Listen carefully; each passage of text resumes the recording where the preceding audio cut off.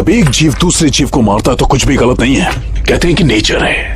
तभी तो भगवान ने एक जीव का पेट भरने के लिए दूसरे जीव को पैदा किया। मारना ही गलत है तो बैल को सींग, सांप को जहर और बिच्छू को डंक क्यों दिए? भगवान ने ऐसी सृष्टि क्यों बनाई? लेकिन साइकोपैथ एक ऐसा इंसान जिसे किसी की फीलिंग्स, दर्द या मौत से कोई फर्क नहीं पड़ता, बल्कि कई बार दूसरों का दर्द ही उसकी खुशी बन जाता है। इंडियन सिनेमा ने हमें ऐसे ऐसे खतरनाक कैरेक्टर दिए हैं जिनके नाम सुनते ही आज भी गूस बम्स आ जाते हैं। तो आज हम काउंटडाउन करेंगे इंडियन सिनेमा के टॉप 10 साइकोपैथ कैरेक्टर्स को, और नंबर 1 वाला शायद आपकी सोच से भी ज्यादा खतरनाक हो। लगे अब्र सा मुझे तन तेरा। मिनी इन कौन मूवी। पूरे मूवी में लगता है कि मिनी खुद एक विक्टिम है, लेकिन क्लाइमैक्स आते ही पूरी कहानी उलट जाती है। इसी अनप्रेडिक्टेबल ट्विस्ट की वजह से ये कैरेक्टर साइकोलॉजिकल थ्रिलर का एक आइकॉनिक नाम बन गया। कौन? जी मल्होत्रा साहब घर पे हैं?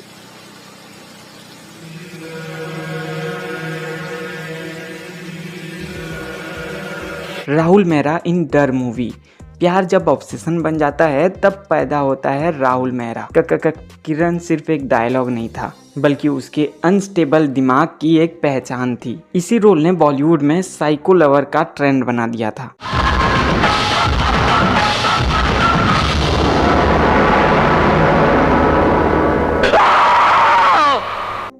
विजय अग्निहोत्री इन अंजाम मूवी।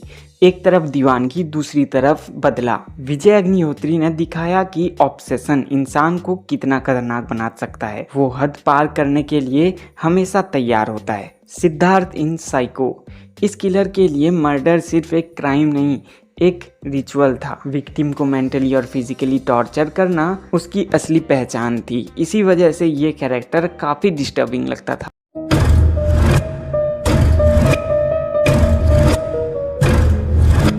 सेल्वन इन महाराजा मूवी। कुछ विलन चिल्लाकर नहीं डराते, बल्कि अपनी हरकतों से डरा देते हैं।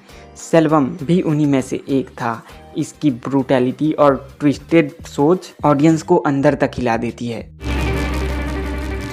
पुलिस भी इस केस को कब तक ओपन करके रखेगी? दिन में एक ऐसा आम इंसान और रात में एक रूथलेस सीरियल किलर। राकेश महातकर का गुस्सा, फ्रस्ट्रेशन और उसकी ब्रूटल किलिंग उसे बॉलीवुड का सबसे डेंजरस साइकोपैथ में से एक बनाता है। रितेश देशमुख ने इस कैरेक्टर में जान डाल दी थी।